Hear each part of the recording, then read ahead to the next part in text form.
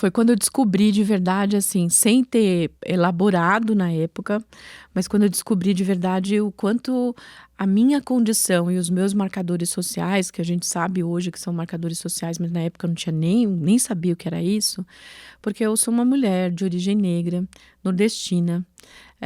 Eu alisava muito o cabelo para parecer igual às outras pessoas, né? Morava na periferia, Diadema. Eu lembro que um chefe uma vez falou para mim: "Ah, você mora na faixa de Gaza?" Porque eu morava em Diadema, ali num lugar bem violento, né. E eu não no começo eu não entendia, porque ele passava de carro com motorista ali, ele falava que era um lugar horroroso. Falei: "Sim, eu moro ali em Diadema, na faixa de Gaza".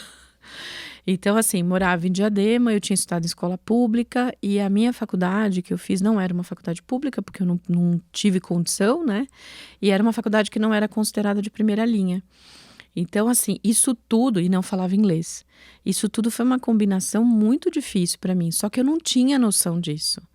Então, o que eu fazia era ir enfrentando as coisas à medida que elas surgiam, nem sempre da melhor forma, nem sempre, assim, com elementos para enfrentar. Então eu passei dava para escrever acho que uns 3 livros com todas as situações de discriminação que eu já passei no ambiente corporativo. E muitas delas que eu levei tempo para entender que era uma situação de discriminação. Levei mais tempo para ser promovida, eu levava mais tempo para ter reconhecimento. Qualquer coisa para mim era muito mais demorada, mesmo eu tendo comprovadamente uma performance melhor, inclusive nos registros da empresa. Eu tinha objetivos para cumprir, eu cumpria às vezes 120, 130% dos objetivos, colegas meus cumpriam 100%, ganhavam mais que eu. Ganhava um bônus maior que eu, ganhava salário maior que o meu, porque assim, e na época eu não entendia. Era uma circunstância tão difícil e era um ambiente corporativo que eu vivia muito masculino, porque eu trabalhei numa indústria automotiva durante quase 18 anos. E eu, durante muito tempo, para sobreviver nesse ambiente, eu me masculinizei. Eu me transformei numa outra pessoa, porque eu olhava para os lados, os meus exemplos eram só homens. Tudo que eu olhava era referência deles. Então, até o meu tom de voz mudou na época.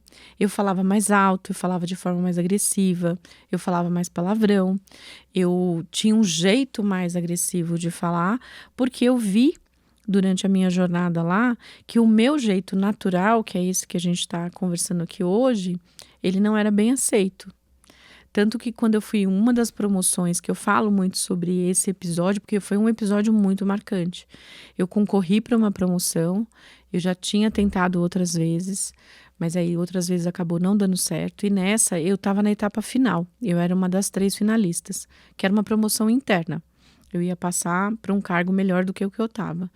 E aí na etapa final, a pessoa de RH, a gerente de RH foi comigo para fazer a entrevista com o diretor-geral. E aí ele falou: "Nossa, seu currículo é ótimo", lendo o meu currículo assim: "Nossa, você sempre atinge 120, 130% dos objetivos. O teu histórico é perfeito para a vaga". E olhou para mim e falou assim: "Pena que você é mulher". E aquilo me desmontou, porque eu falei assim: "Gente, eu consigo, resolver outras coisas, mas o fato de eu ser mulher eu não consigo mudar". E a minha reação foi até um pouco inocente com ele, né. Minha reação: "Mas o que que você precisa que uma mulher não pode fazer?". E ele respondeu, ele falou: "Eu preciso que bata na mesa, eu preciso que tenha um tom de voz mais agressivo e eu preciso que faça os times entregarem os resultados. E eu não acho que mulher consegue entregar isso". Eu falei para ele: "Mas eu posso entregar as mesmas coisas sendo essa pessoa que eu sou aqui para você". Bom, resumo da história, eu não fui aprovada. Ele escolheu um homem para o cargo porque era isso. Eu fiquei com isso na cabeça, né? E essa coisa do ter um tom agressivo, se posicionar mais assim, que era muito comum na minha época, eu adotei essa postura. Durante o tempo que eu fui executiva, o que eu tive cargos de coordenação e executiva, eu andava de terninho, eu sempre de terninho, era uma das coisas assim, uma característica, sapato sempre mais fechado, e eu usava roupas bem assim, quase masculinas. Não porque eu me identificava com isso, mas eu olhava para os lados, todo mundo era assim. Então eu falei: é o jeito de eu me adaptar". Era o certo? Não, mas eram os elementos que eu tinha na época. e aí fui por esse caminho. Tanto que quando eu pedi demissão, uma das coisas que eu fiz, assim, naquele mês do luto, né, que você passa no processo de demissão, eu olhei pro meu guarda-roupa e eu falei: esse guarda-roupa não sou eu. Eu tinha uns 18 terninhos. Tirei todos. A minha vontade inicial era botar fogo. Mas eu falei, melhor não, né? Botei tudo numas malas e doei tudo. Porque eu falei, não sou eu, não me representa.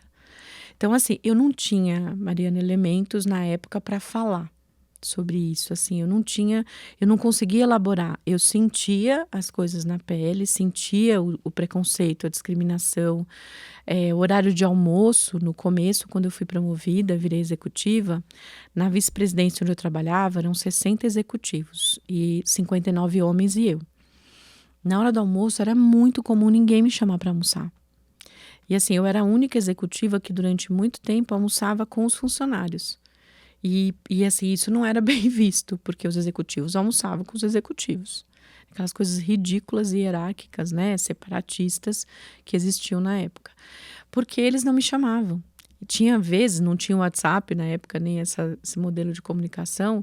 Às vezes eles passavam na frente da minha sala, assim, que a gente tinha os aquários lá de vidro, na frente da minha sala, meio que disfarçavam, ia na sala do outro, meu colega, que era meu par, tipo, chamava meio discretamente e não me chamava, né? E eles iam almoçar juntos, não sei o quê. Uma vez eu perguntei para um dos executivos, eu falei, por que vocês não me chamam? Ah, porque a gente quer falar palavrão, quer falar bobagens e a gente não fica confortável na sua presença. E aí, qual a reação que eu tive? Ah, não, mas tudo bem, vocês podem falar palavrão, tá tudo bem. E aí eu fui me masculinizando. Eu fui me tornando um deles. Então, eu falava palavrão, nas reuniões os tons de vozes eram altos, eu também fazia, mas isso não é sustentável, né? Porque você não ser você não é sustentável. E aí, durante um tempo, eu sobrevivi a isso, mas chegou uma hora que eu adoeci mesmo. Foi um processo bem duro, assim, bem difícil. E aí, eu fui adoecendo, fisicamente e emocionalmente. Até chegar a pedir demissão, né? Todo mundo achava que eu estava maluca. Teve gente que falou para mim assim, Ana, mas você ganha um salário ótimo, você tem filha para criar, né? Você tem uma carreira, né? Tudo demorado aqui, mas para você... As pessoas enxergavam isso, mas ninguém tomava atitude, tá? É mais demorado, eu entendo, mas eu acho que se você sair daqui vai ser uma bobagem. Eu lembro que quando eu fui pedir demissão, foi um dia à noite que eu fui falar com o meu vice-presidente e tinha uma colega minha de uma outra unidade que era executiva e ela, por coincidência, me encontrou ali no lobby que eu tava. Eu falei para ela, ó, tô indo pedir demissão. Tava na sala de espera. Ela falou, não faça isso. Não faça isso porque você precisa sustentar a sua casa. Eu e meu marido, a gente sempre dividiu o sustento da casa. Eu falei, cara, mas eu não me enxergo mais aqui. Eu não me enxergo nesse ambiente. Eu não me enxergo fazer... Eu amo o trabalho. E eu amava o trabalho, eu amava meu time. Foi muito duro pedir demissão. Foi muito, assim, desesperador. Porque eu não sabia qual era o caminho que eu ia seguir. Eu não sabia o que ia acontecer, quais eram os próximos passos. E eu tive muitos altos e baixos depois do processo demissional. Eu fiquei assim, ai meu Deus, será que eu vou dar conta? Será que financeiramente vai dar para sustentar a família? Como é que vai ser isso, né? Mas o que me manteve foi aquele espírito lá, sabe? Eu vim do zero para cá, né? Eu vim do menos, nem do zero, eu vim do menos qualquer coisa. E eu consegui chegar até aqui. Então, tudo bem, eu reconstruo se não der certo. E eu vou sair daqui porque eu não me enxergo mais aqui.